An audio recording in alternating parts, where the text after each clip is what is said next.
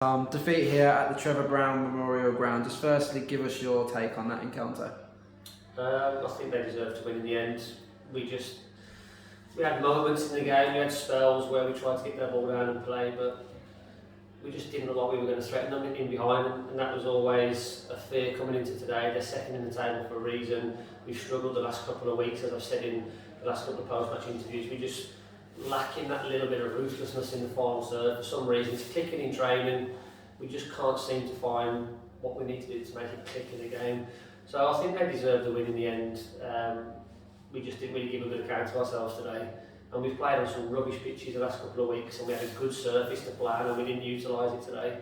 And they're the deserving winners. That leads nicely on to the next question. What key areas of the game saw it slip away from your side today? So the first thing was the penalty in the first half.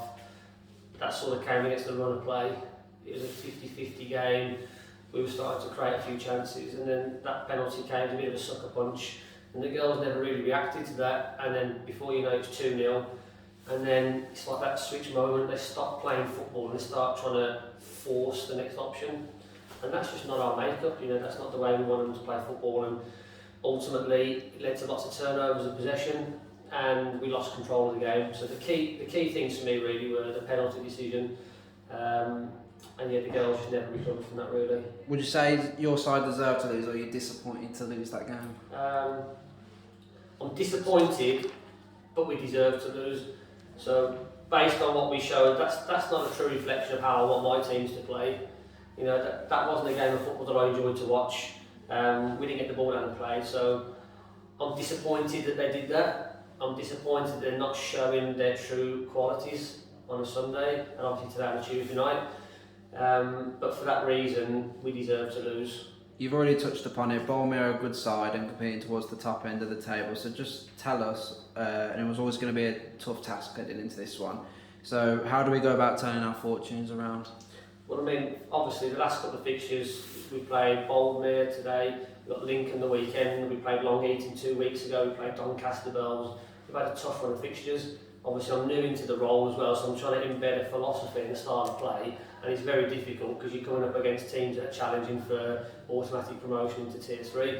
What we need now is to start playing a few games against teams in and around our position in the league, and then if we can start to win, you get that positive momentum, and then we can bounce on from there. So that's now no win in 5. How does the squad bounce back from this defeat?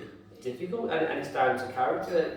It's easy to go away from today and to not apply yourself to training to Thursday, but if they do that, it will lead to another loss on Sunday against Lincoln. The girls have got to come back on Thursday, learn from what happened today, because you can't forget about it. You have to learn from it, apply themselves in training, listen to what we're asking them to do, and if they do those things, they can beat any team in this league. I know that for a fact, and so do the coaches. The problem is we've got to convince the players and make them believe that they're good enough to do it, and that's the bit that's missing at the minute.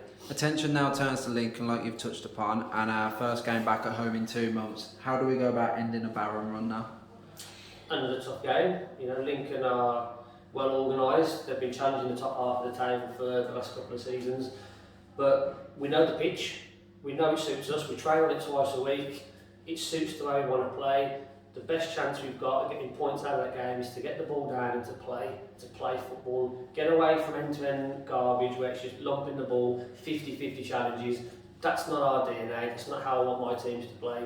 So our best chance against Lincoln is to play football. If we don't, we'll have another tough afternoon. Will home turf play in our favour? Yeah, it should do, because we've travelled, we've been on the road now for the last 5 games, I think. So it'd be nice to be our home base. Familiarity, you know, changing rooms, little setups, all those little things make a difference. Not having to travel an hour and 40 minutes to games makes a big difference. So yeah, we've got an advantage. Lincoln have got a slight disadvantage. It's a long journey to come down to us. But again, that means nothing if we don't get the ball down and play. So yeah, we've got home advantage, got a good pitch. They've got to travel far, but it's on us. And that is the theme that we told the girls tonight. The power's in your hand. You've got the ability to play good football and to cause teams trouble, but you've got to believe it. And I think that's the theme for Sunday. Thank you very much. Okay.